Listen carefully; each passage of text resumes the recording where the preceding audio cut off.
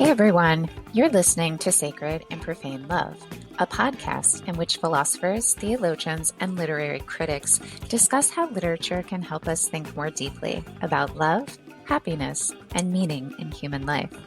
I am your host, Jennifer Frey. I am an associate professor of philosophy at the University of South Carolina. You can follow me on social media. I'm on Twitter at Jen Frey and on Instagram at Professoress of Frey. You can also follow the podcast on Twitter. Our handle is at EudaimoniaPod. In this episode, I speak with Professor of English Literature, Karen Swallow-Prior, about Joseph Conrad's influential novella, Heart of Darkness. I hope you enjoy our conversation.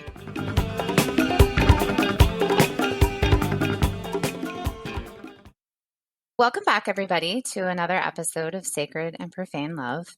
I'm really thrilled to be speaking with Karen Swallow-Prior this afternoon. Karen is Research Professor of English and Christianity and Culture at Southeastern Baptist Theological Seminary. She's the author of many books, including most recently On Reading Well, Finding the Good Life Through Great Books. Her writing has appeared at Christianity Today, The Atlantic, The Washington Post, First Things Vox, to name just a few. She's a founding member of the Pelican Project, a senior fellow at the Trinity Forum, a senior fellow at the International Alliance for Christian Education, a senior fellow at the L. Russ Bush Center for Faith and Culture, and a member of the Faith Advisory Council of the Humane Society of the United States. She and her husband live on a 100-year-old homestead in Central Virginia with horses, dogs, and chickens, and lots of books. Welcome to the podcast, Karen. It's so great to be with you, Jennifer.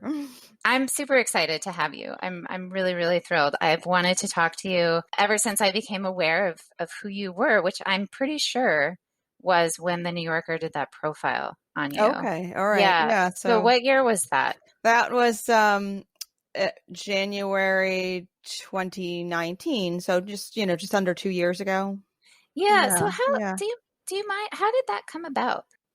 Yeah, the profile was published in January of 2019, and it came about rather organically because the journalist Eliza Griswold had been writing some stories the year before about different elements of evangelicalism, particularly in the Church Too, Me Too movement. And so she had talked with me briefly for another story and gotten a quote and consulted me a few more times for other stories that she was working on, and eventually just decided she wanted to do a profile of me. Yeah, well, it was an incredible profile. It's how I initially came to really admire you, but it was also how I came to be aware of your work. And then I was like, wow, this woman is doing like this thing that I'm completely interested in. And I think it was around the same time that I purchased your book, your most recent book, which is On Reading Well, Finding the Good Life Through Great Books. But I wondered if we could kind of talk about how this book came to be. So I don't know that much about the trajectory of your career or how you came to have this certain kind of literary criticism, which is very much engaged with the sort of philosophy that I'm doing. So I just wanted to invite you to speak about that. Sure. Well, of course, I entered a PhD program in literature without knowing why or what I was going to do. Didn't even plan to teach, as one does these things early in life. And then finished that, got the teaching job where I was at Liberty for 21 years. And really just began to write about literature the way that I talk about it in the classroom, which really is to weave together the texts and life and the Christian faith, since I teach in a Christian institution. And so my first book, Booked Literature and the Soul of Me, is kind of a spiritual and literary memoir that does that. And by the time I got around to writing On Reading Well, I knew I wanted to write more about books. And it was really my editor who pushed me. I have the same editor as James K.A. Smith at Brazos, and I'm a huge fan, and also just been hugely influenced by Smith's liturgical anthropology.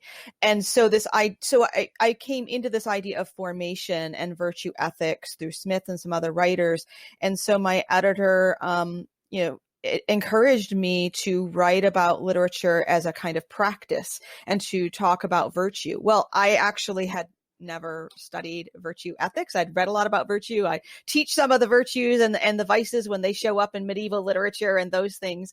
Mm-hmm. And so I just began, I said, I want to learn about the virtues. And so I started diving into those and thinking about different works of literature where they were not just lessons about virtues, but how we can actually become more virtuous people by engaging in these stories. And so the book on reading well just turned out entirely different from what I envisioned it, but I'm glad you like it. I mean, it's sort of what this podcast is really all about, but I'm curious, are you just kind of completely self-taught in the virtue ethics literature? You just kind of did it on your own?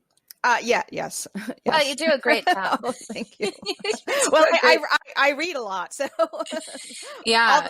All the best material is cited. So yeah. Well, I mean, so just to talk a little bit more about the main thesis of this book on reading well. So it kind of seems like what you're trying to do in this book is to say that great works of literature can reveal very important insights about the human person and about the virtues. Of course, I agree with this, but I just would like to invite you to say more about how you came to think that and how that really works, because, of course, a lot of great literature is about terrible people. Mm-hmm. Yes. So, there's a whole field of traditional literary criticism that's called different things, but it's often called just moral criticism. Mm-hmm. And that does what you just described, sort of literature. We can read literature and learn things from the lessons it provides, whether they're not negative or positive examples. And so part of what I do is that, but then there's this other, that's the content of literature, but there's another element of literature, which we don't pay enough attention to, and that's its form. That it is a literary form, it's an artistic form, and that's aesthetic criticism. And so on one extreme, you can judge literature or work of art entirely on its form, and that's aestheticism, or you can judge it entirely on its content, and that's moralism. And I really tried to balance those two because that's how I approach it in teaching. I actually developed a graduate course called Christian Poetics, which is just basically about literary aesthetics. And so I've been thinking about these things for a long time. And so I think when we read a good work of literature, it's doing both things. It's revealing, sort of lessons to us or insights about life and the world. But it's also, by its very nature, it's a different experience from, say, reading a sermon or reading an essay or a newspaper article. We can get similar information from different forms, but the literary form is unique in that it forms us as we read it in a different way. It's not just, to borrow Smith's language, it's not just informative, it's formative. It doesn't just inform us, it forms us. And a lot of people don't know how to have that experience because we live in this culture where we read so many things for information, and we speed read, and we get summaries, and we read short pieces, that people we've lost the art of simply getting immersed in a work of literature and letting it form us. And so the book really tries to address both of these things. We can talk about the kinds of lessons we learn about virtues from the characters, but also I try to talk about that vicarious experience we get as we make these judgments. We enter the eyes, the mind and eyes of this character and see the world and have to make the judgments and decisions as the narrative takes us along. Yeah, I mean, one of the things that I really appreciate about what you're doing in this book, especially in your, I think, very careful introduction where you lay out a lot of these ideas. You're not reducing literature to didacticism, and you really resist reducing literature to any kind of usefulness or saying, well, it has this use value for us. And you focus more on how the experience, right, the encounter with literature as art is potentially transformative. And that, I think, is really, that seems true to me, that all great art has this potential. What is it about literary art in particular that you think, an encounter with literary art that you think has maybe a unique kind of potential?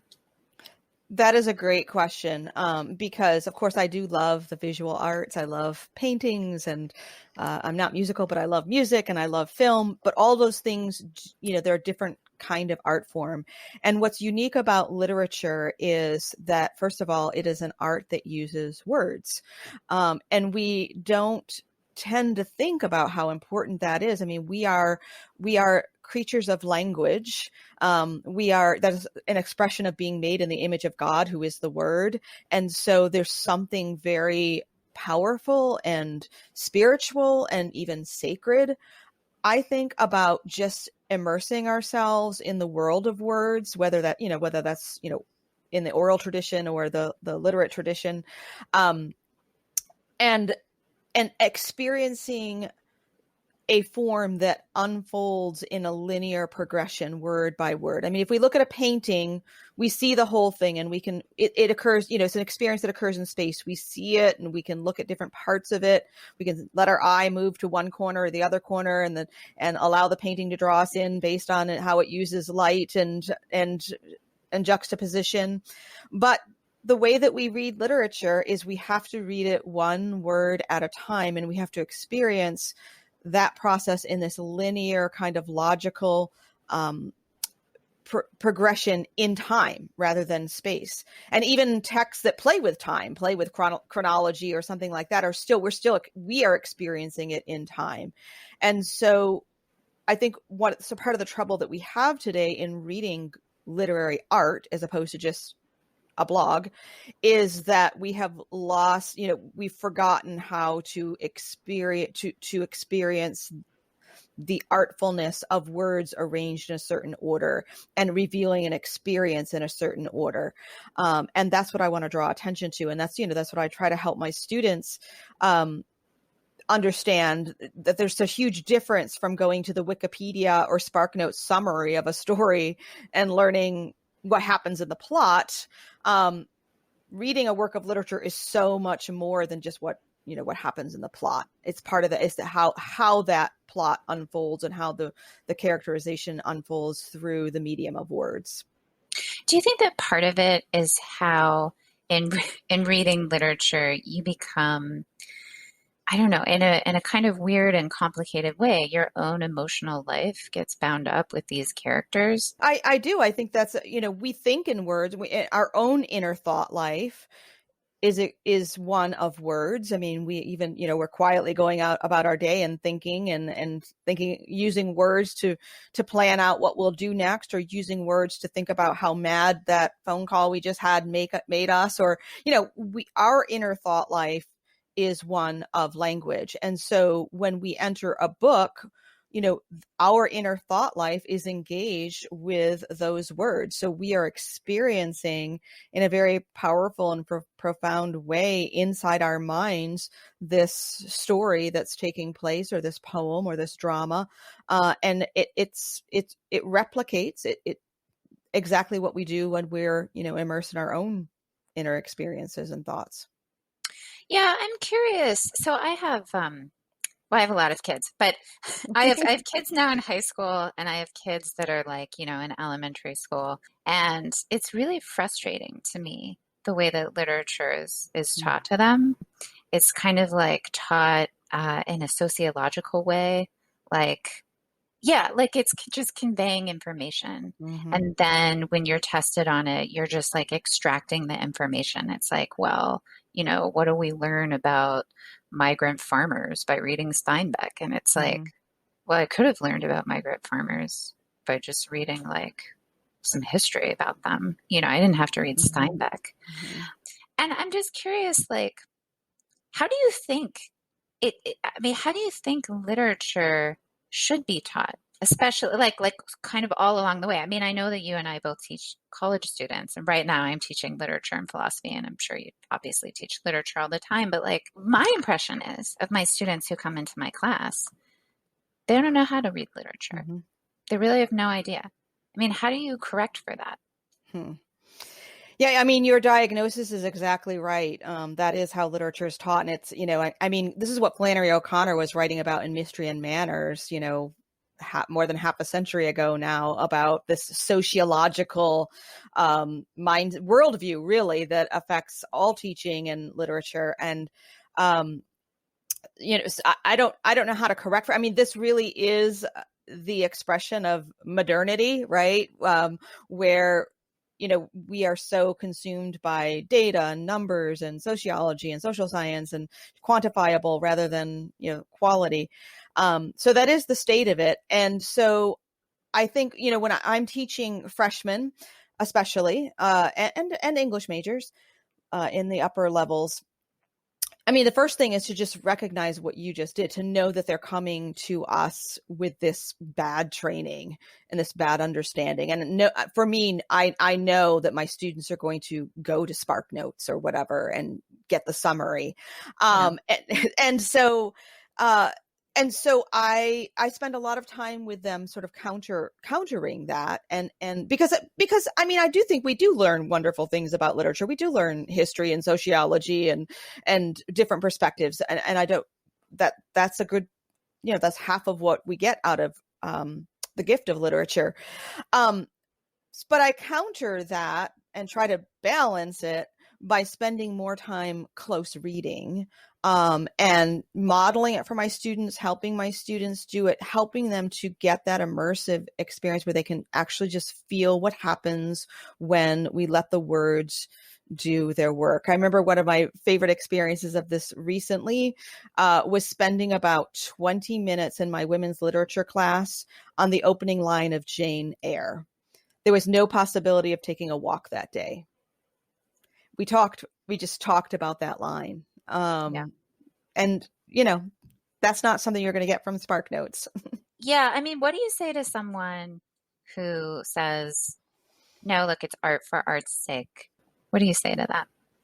Well, again, this is what the great gift of virtue ethics is, that, and it's so applicable to all of life, is that virtue and truth is in the middle, in the crux, right? I mean, so we need to appreciate both. We need to appreciate the content of literature, but also appreciate its form. And it is not, virtuous to go to either extreme. You cannot separate form from content any more than you can separate truth from love and doctrine from practice. But we live in a world where our impulse is always, as human beings, to gravitate toward one extreme over the other. And the real challenge for us in being virtuous, holistic human beings is to resist that temptation to go to one extreme or the other, whether we're talking about, politics or art. Yeah, so there's another slightly different direction that you could have taken that. And I mean, so that's all sort of, I mean, that's all really good. I've nothing against any of that. But here's a possibility, and I'm just wondering how you will react to it. So there's kind of a more maybe Platonic strand within virtue ethics that's maybe represented by somebody like Iris Murdoch, where you have this idea that, yeah, virtue is really important and that's the goal. But really fundamental to cultivating it is contemplative, modes of engagement, which for her, art is at the center of that. It's not the whole of it, but it's at the center. And the idea is that, like, experiences of beauty, right, are also potentially transformative.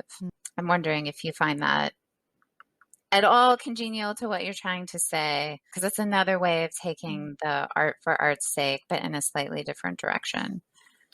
Yeah, I do think there is that aspect. There is something transcendent about art. There is something that takes us outside of ourselves. It's decentering, as Elaine Scarry would say, I guess.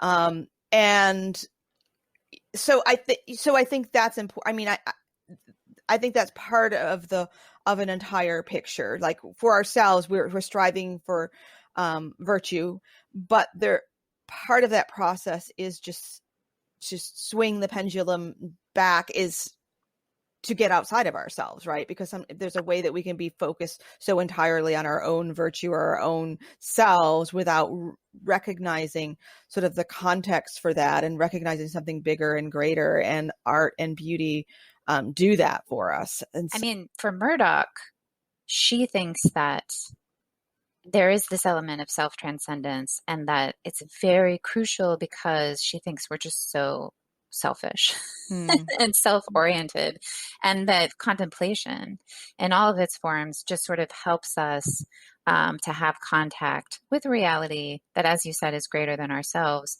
And it's interesting also because she's always contrasting art with fantasy and escapism, right? And I think that this is also something that I struggle to communicate with my students. It's not escapism. It's not fantasy. If you're really having an aesthetic experience, I think that in some sense, you have to be coming into contact with something that is true or good or beautiful. I mean, I think the emphasis would be there. And I wonder if you agree with that especially in literary art, yes, it reveals truth, it reveals insights, but there's some deep connection with beauty that would make it different from just philosophy or theology or something else. Yeah, no, absolutely. I mean, that gets to the sort of formative aspect of any aesthetic experience. So, and I love to, especially with my students, to dwell for a bit on the fact that aesthetic refers to sort of, I mean, in its etymology, to a bodily sensation, right? So that's what makes reading a work of literature or seeing a painting different from just getting that information from, an encyclopedia entry. There is what an aesthetic experience does is it affects us bodily. And so even as it sort of takes us out of ourselves, it does that. I mean, if we think of the most extreme experience, experience of the sublime or something, right? I mean, to use Edmund Burke's terms, I mean, there's something to experience the sublime is to experience something that we associate with fear or death, and in a not necessarily a negative way, but in a mortal way, and so that's both transcendent but bodily too. And so you can't really separate the most sublime transcendent experience from what happens to us internally and in our bodily reactions, whether it's a quickened heart or shortness of breath or just a release from tension and stress that just giving that up ourselves provides. So Yeah. Well, we're animals. We're right. a certain kind of animal. We're not Right. angels. So I want to kind of try to think about Joseph Conrad's Heart of Darkness in light of these sort of themes. And, that can get a little bit tricky because it's not exactly an uplifting novella. It's not filled with really good people. But I guess, before we get into the novella, I just want to invite you to say for our listeners, who might not be familiar, just who Conrad was and what his influence has been. I mean, he's often kind of described as an early modernist, or maybe one of the fathers of modernism. So I thought maybe you could also talk about how he helped to shape that movement. And Sure. So Conrad is claimed by British literature. So I mean that's my specialty. So that's how I end up teaching him. Because he wrote, although he was his original language was Polish, and English was his third language. He wrote his novels in English, and of course that background really is important in I think as sort of an insider outsider in what he was able to accomplish in Heart of Darkness. But so he was writing in the latter half of the 19th century, and in England. This is the second half of the Victorian age, which is often called, the age of progress, among other things. But in the second half of the Victorian age, which was defined by so much optimism and hope and technological and sociological advances, the second half of that period began to see sort of the dark underside of these great accomplishments of the Industrial Revolution, of technology, of colonialism and imperialism. So England was the reigning empire of the world, not only in its own on the island, but in its territories all across the country. Across the globe. And Conrad was a writer who was in the thick of this, who was reaping the benefits of this imperial country, but also as an artist and as a human being, kind of able to see past some of the veneer and question some of what was happening. And so Heart of Darkness is quite autobiographical. It's drawn directly from Conrad's own experiences as a ship captain going into the Congo. So he witnessed the kinds of things that he is writing about in this story, but of course this is a work of art. And so he's drawing on his own life, but also writing something that is very artistic in terms of how it interrogates his real experience.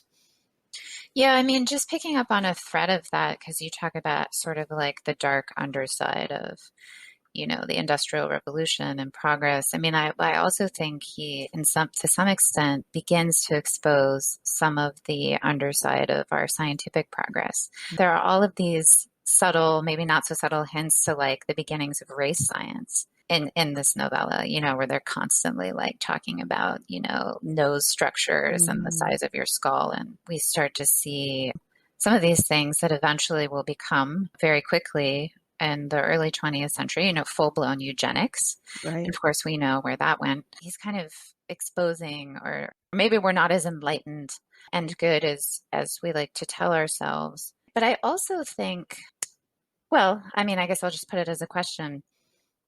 Is he doing something very different, just formally speaking? The narrative structure of this is a little bit weird. And that's also true of some of his other works, like Lord Jim. Is there something like innovative that he's doing on a formal level? Yeah, of course, one of the ways that we place Conrad is at the forefront of the modernist movement in literature, which was a rejection of sort of the traditional forms and styles and approaches. And so Conrad is doing that. I mean, this is what makes his work is so interesting, because it bridges so many different divides, and it harkens to the past and also to the future, predicts the future. And so in some ways his novella follows some traditions. It's written in 3 parts. So many works were published serially that was common to have something written in three volumes or 3 sections. And so that's traditional, but even just by making it a novella, it's a kind of this work that doesn't fit neatly into the already given genres. I mean, it's not a short story. It's not a novel. I mean, the novel was sort of the height of the Victorian literary art. There was a preeminent form of the age. Big, fat, long novels for Victorians, like everything else, sort of excessive. And so Conrad comes along, and like other modernists, his story is much more stripped down. It's much more sparer. Yet it's also denser. The best advice I give to anyone reading this, particularly my students, is to almost treat it like it's a poem. It's so dense that you can't just skim along. And then, of course, he does not only write this sort of uncategorizable prose narrative, but he still calls back to so many other important influences, such as, the Rime of the Ancient Mariner, which was, written a century before.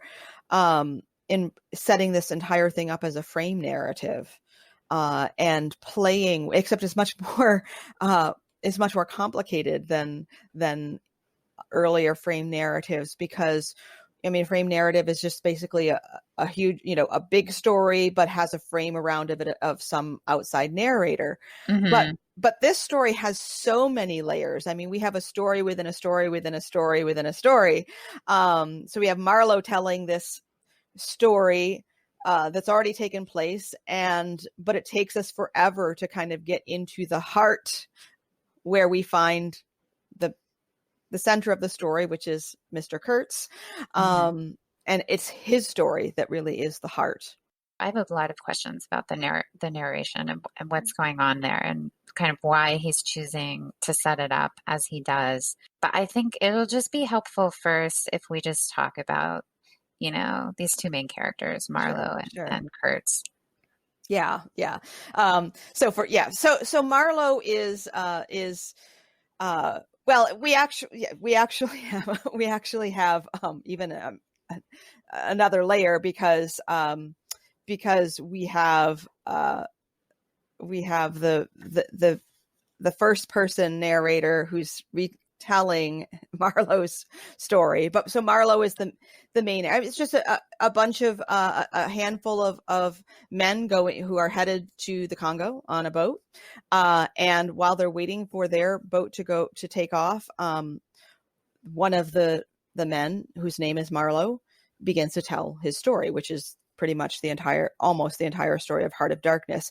And so Marlowe was sent to go into the Congo by a trading company to retrieve one of their best tradesmen, the best profit makers for the company, this mysterious Kurtz, who had kind of disappeared and hadn't been heard from. And that was his job, is to go in and retrieve him.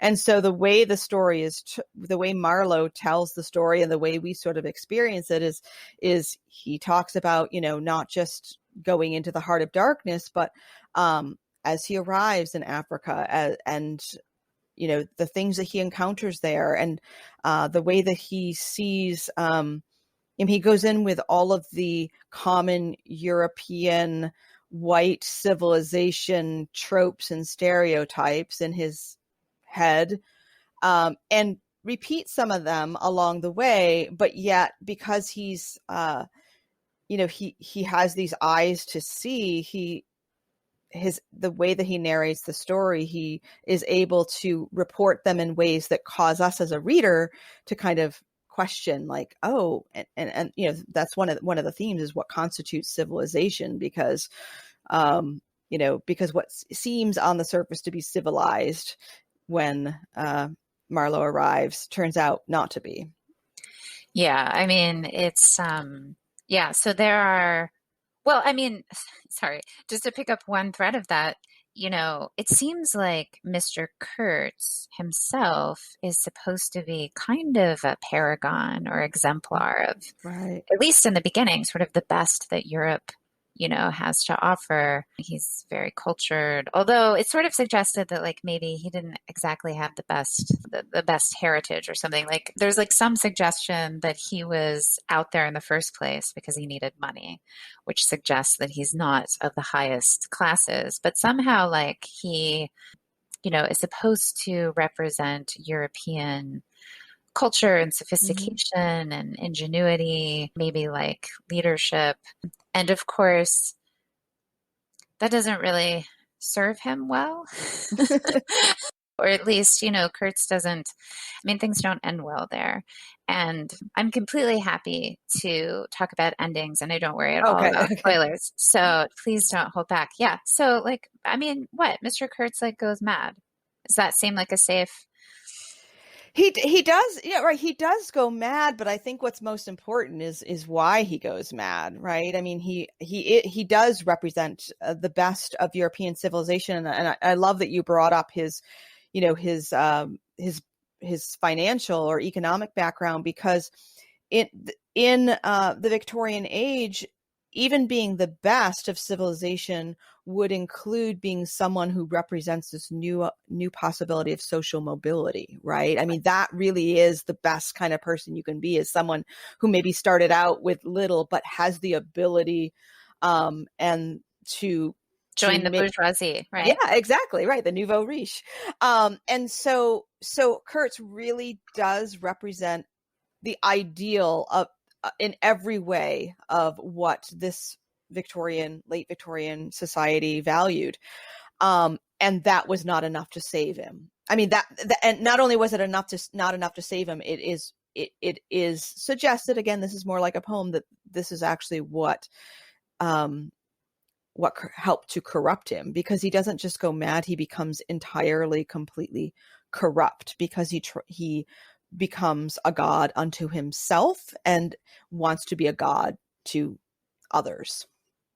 Yeah. So he which I think is, yeah, it's one form of madness, to see yourself as a kind of supernatural creature.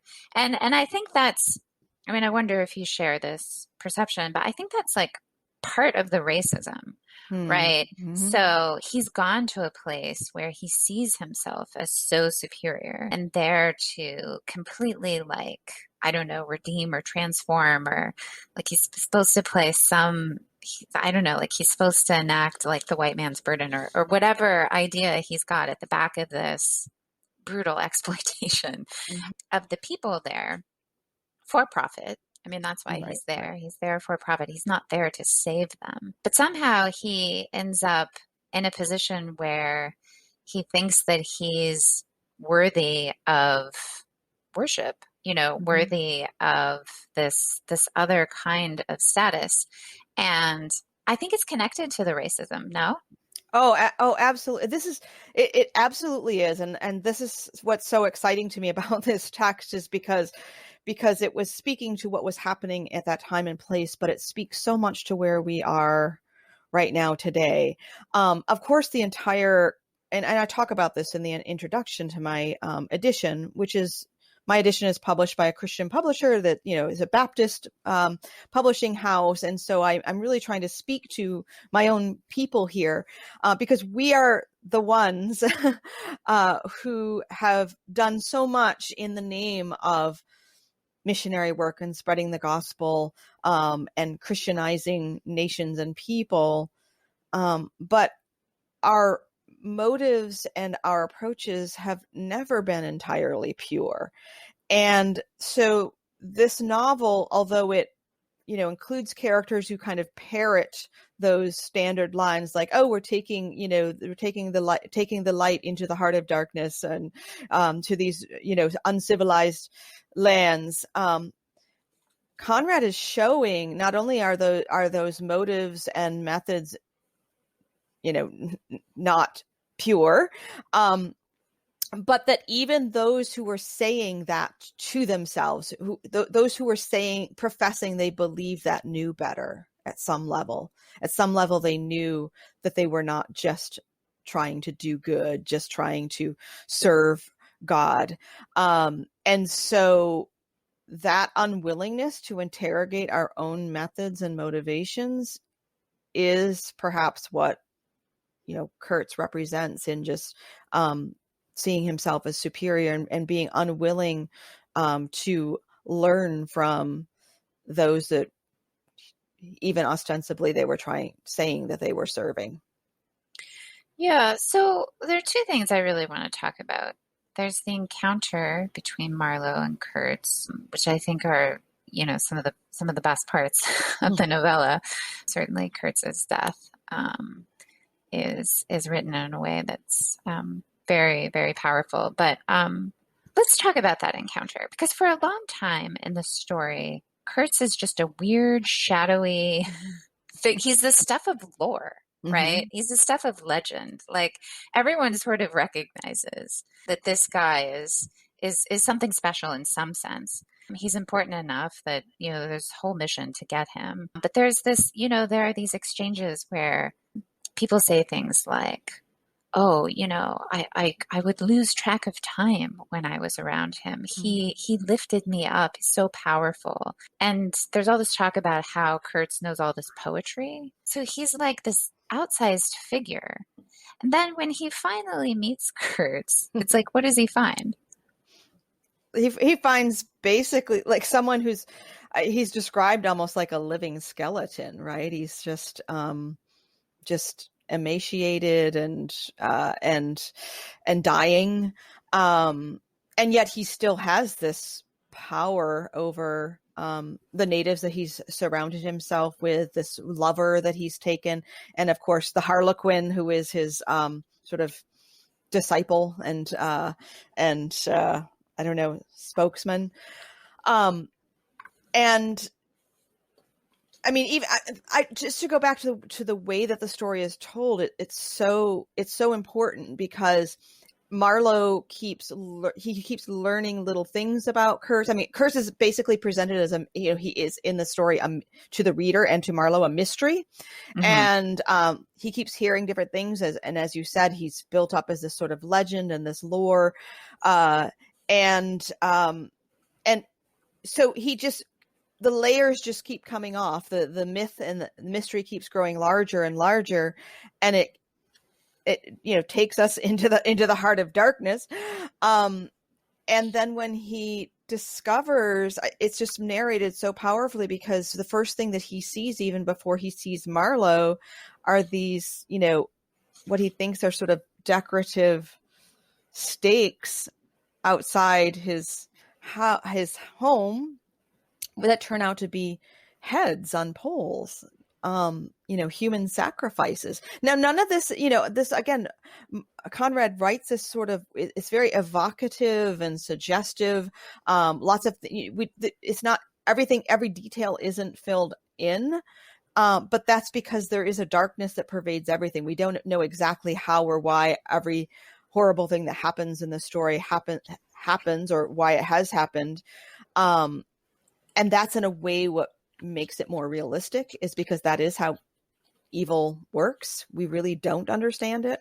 And so that's what we find in Kurtz. Yeah. Yeah. I mean, obviously I wonder what you think, but it strikes me that when he finally encounters Kurtz and he sort of sees like, he only ever gets like a dim glimpse, he never, it's not like he spends any lengthy amount of time there because he's basically dying by the time he gets there. But I think he finds it very mysterious, but mysterious in a very unnerving sort of way. Like I think it's somehow important that he can't make sense of this. Like he's not able to just put a narrative on it and be like, oh yeah, that's what happened. There is no definition or category. I mean, one of the words that gets repeated throughout this is in one form or another is absurdity, right? And, the definition of absurd is, something that lacks a rational or reasonable explanation. And that's what makes this novel, really modern in the school of modernism, but also situates it in this place where at the end of modernity, whether we call that post-modernity or late modernity or whatever, we are in this place where we have reached the limits of science, as you talked, the limits of science to answer everything and to define everything about the human condition. And that's, I think, one of the things the novella is directly grappling with. Yeah, I mean, I think, and I also think this is probably related to the choice of the narrative structure, but I think that there's a question about the limits of intelligibility, and the limits of traditional narrative, or, I mean, there's a question about the meaning of this, and it's not given an answer. Right. Exactly. And I think that's part of, I think that's part of it. There's sort of a suggestion that either there's not an answer, or if there is an answer, we don't have any way of knowing it. And I think, yeah, the emphasis on the absurd, which is an even another word that often, so mystery is a word that occurs often in this novella. Inscrutable is a word that Right, you'll right, find a right, lot, in addition to horror and terrifying, right, all right, these other uplifting right. um, concepts. But yeah, inscrutable. And I mean, this is kind of another question. He's there is this idea of a darkness, an encounter with a darkness, and an immense darkness, an inscrutable darkness, an overwhelming darkness. I mean, it's like all over. What is the darkness? Is the darkness like the sin of the human person? Is the darkness just evil? Is the darkness Africa? What is this immense darkness that he's confronting? Because it's never really made articulate, or is that the central mystery? I mean, I think it's all of these things, and that's again what makes the novella so powerful is and evocative, is that it's not completely defined. I mean, the darkness is the inscrutability, it is the absurdity, it is also the darkness of the heart of humankind, right? Because that's what we find has happened to Kurt. That Kurt, who is supposed to be the best and brightest and the best representative of all that is good and noble about European white civilization, turns out to have had a confrontation with the horror, and he has become the most horrible person in this novella, and nothing could, all that European civility did not protect him from that. And we find that, that the most civil people in this story are the natives, right? They are the ones who are the most human, or at least, I think that can be argued. Yeah, I mean, I sort of have the sense that, like, Kurtz is this enigma that points to a much larger enigma, Right. But I'm just going to read, just to kind of whet people's appetites for how great this is. I'm going to read, like, what I think is probably the best point in the novel, which is when Kurtz dies. But this is Marlowe, like, describing Kurtz. He says, "His was an impenetrable darkness. I looked at him as you peer down at a man who is lying at the bottom of a precipice where the sun never shines. But I had not much to give him, because I was helping the engine driver to take to pieces the leaky cylinders, to straighten a bent connecting rod, and in other such matters. I lived in an infernal mess of rust, fillings, nuts, bolts, spanners, hammers, ratchet drills, things I abominate because I don't get on with them. I tended the little forge we fortunately had aboard. I toiled wearily in a wretched scrap heap, unless I had the shakes too bad to stand," right? And, he's coming on to Kurtz, and Kurtz is basically, whatever, he's in his death throes. "Anything approaching the change that came over his features I have never seen before and hope never to see again. Oh, I wasn't touched. I was fascinated. It was as though a veil had been rent. I saw on that ivory face the expression of somber pride, of ruthless power, of craven terror, of an intense and hopeless despair. Did he live his life again in every detail of desire, temptation, and surrender during that supreme moment of complete knowledge? He cried in a whisper at some image, at some vision. He cried out twice, a cry that was no more than a breath. The horror, the horror." And that's the end of Kurtz. I mean, and I think this really sticks with Marlowe. Like, what did he see? Mm-hmm. And we don't know. But it's like, somehow, to me, like, this encounter, this inability, like, to make sense of this unknown, like, what did he see? What happened there? It seems to point to some deeper kind of inability to make sense of things for Marlowe, like inability to make sense of what the hell he's doing in the Congo, inability to make sense of the ideas that are at the back of this, inability to make sense of, like, really, I think, what he's doing in a deeper way. Mm-hmm. Yeah, I mean, there's a place early on, and I'll have to see if I can find it, where he talks about early on when he's talking about meaning, and meaning, being traditionally kind of like inside the meat inside of a nut, But Yeah. he, which is like a frame narrative, but he doesn't find meaning that way. I'm not going to take the time to find it, but he doesn't know, he can't find the meaning of this, yet he also just confronting it and knowing that the horror exists. It's like, that has to be enough. I mean, that, like, we can work with that. That's the choice of nightmares that he has, I guess, was it, to use another phrase, is when we reach the limits of our knowledge, when we reach the limits of our understanding, we still have to make a choice, even based on that, even without knowing, knowing what it is that we're trying to avoid, or what it is we're trying to gain. There's a sort of confrontation with the truth of things. It's very stark, but it's also interesting because the story ends with a lie. And I want to talk about that because there's this earlier scene when Marlowe insists that the one thing that appalls him the most is a lie. But of course, the last thing he does is tell a lie. What's going on there? Yeah, that's, I mean, I think there are a number of things going on there, maybe from the most obvious sort of literary perspective, we can say, well, Marlowe is not what we would call a completely reliable narrator, right? There's that element, and the story is setting us up for that. It's really just keeps constantly pointing out to us that this is a human narrator. He's not, he's limited in his knowledge and understanding, limited in his virtue, I suppose, and his goodness, I guess.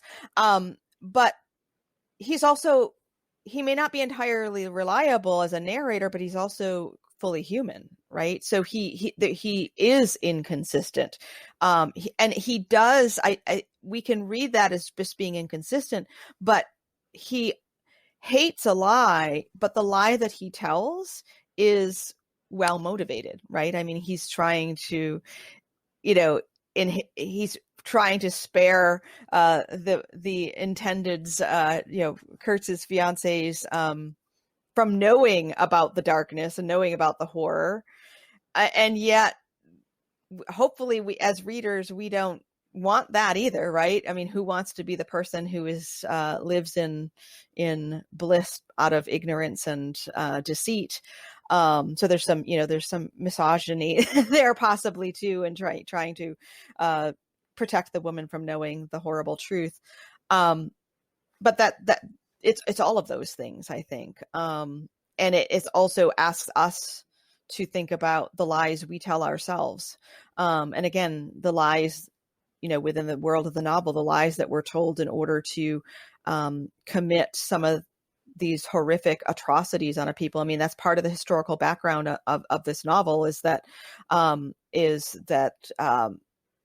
the people in the Congo had some of the most horrific atrocities committed against them. I mean, not in the, well, it's a kind of genocide. Yeah, it was a genocide, and it was beyond slavery. I mean, it was torture and mutilation and oppression and tyranny. And this is the historical background of the story. And yet the lies that entire civilizations told themselves to justify this. And so I think that's one of the other major themes in this novella is, what kinds of lies do we tell and why? Yeah, I mean, I sort of had the sense reading it this time. I actually hadn't read this since high school. So I read Heart of Darkness in high school and I absolutely loved it, but I just hadn't been back to it. Because, whatever, you move on, you read other things. And I read other Conrad, right? But I just never went back to this. But I sort of had a sense this time around, that, again, this particular lie is pointing to something outside of it, namely that, even for those who go into the heart of darkness and see the evil that is happening in the Congo, they don't necessarily have the courage to go back and communicate the full reality of what they saw. So you keep up the lie. But the fact is, it's very easy to it's very easy to keep up a lie especially when the truth is so unpleasant.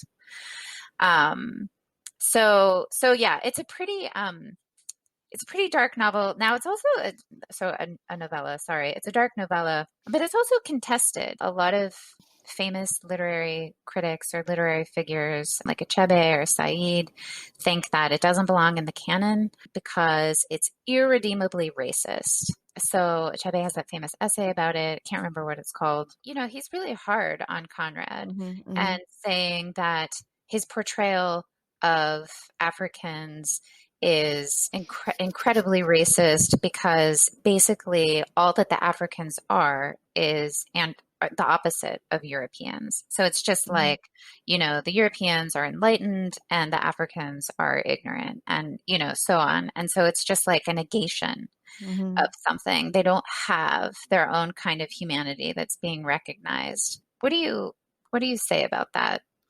Yeah, I mean, I think that's an important essay to read and to counter, and also to read his own novel Things Fall Apart, which is great.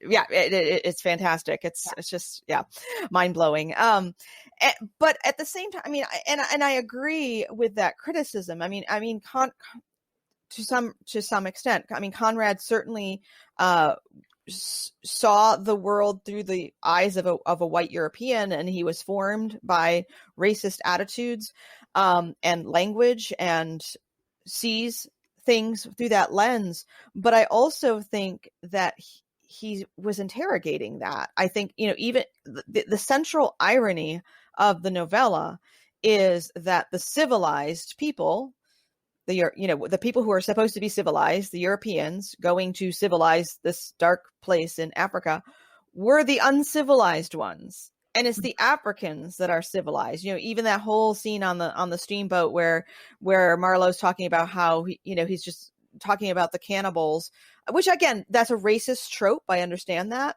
but and it certainly is objectionable now. But Marlowe, it talks about how they have some sort of inner restraint, so that they don't, even though they're hungry, they don't give in to their cannibalism. And so over and over, we see the Africans exhibiting it not uniformly, but often exhibiting the kind of restraint which constitutes civilization that the Europeans do not exhibit there. I mean, there's just excess all over the narrative in terms of what the Europeans are doing. Even that passage that you read earlier of Kurtz's death, that vision and his last breath and his exclamation of the horror contrast so sharply with what Marlowe is talking about a couple paragraphs before. He's like, gives this whole catalog of like these tools and machines and material things,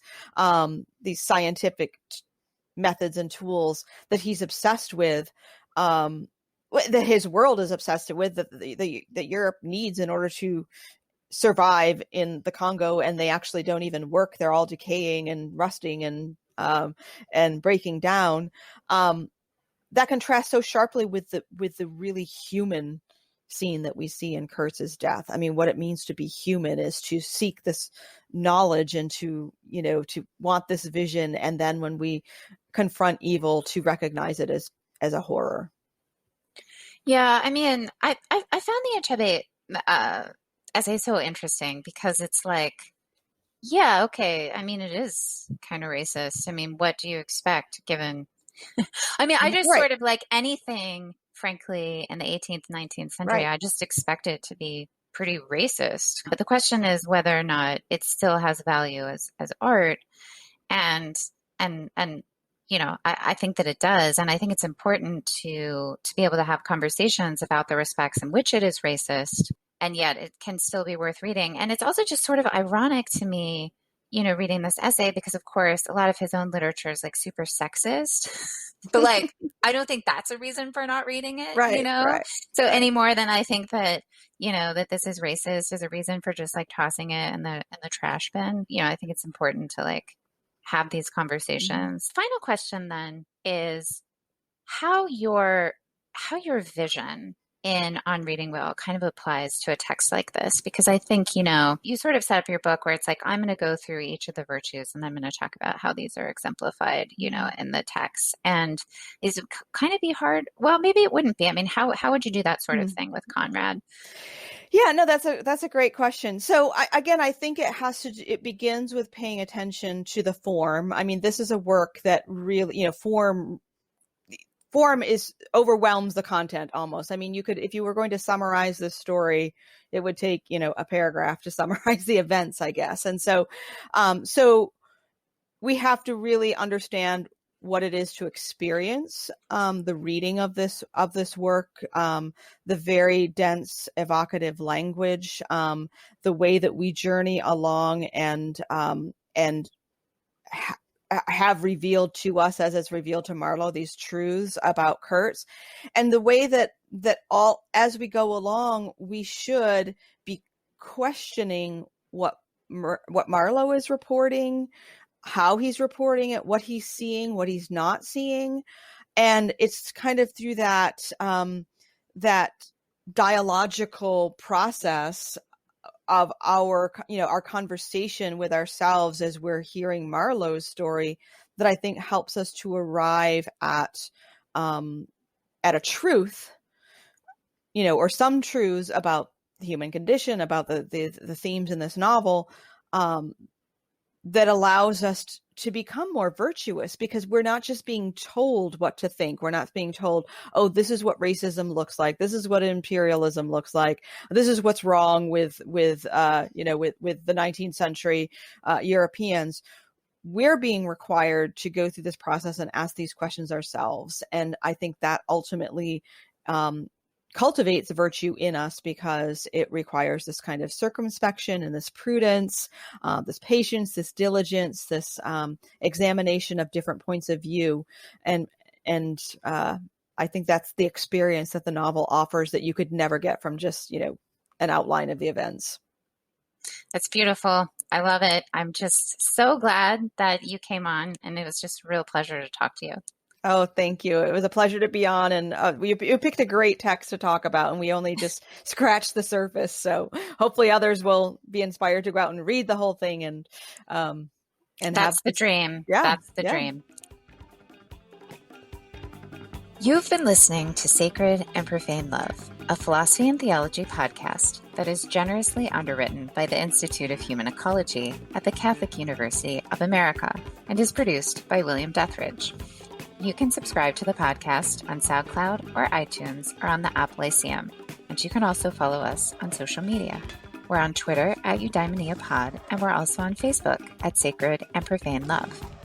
If you enjoy listening to this podcast, then please be sure to let your friends know to check us out and also leave us a positive review.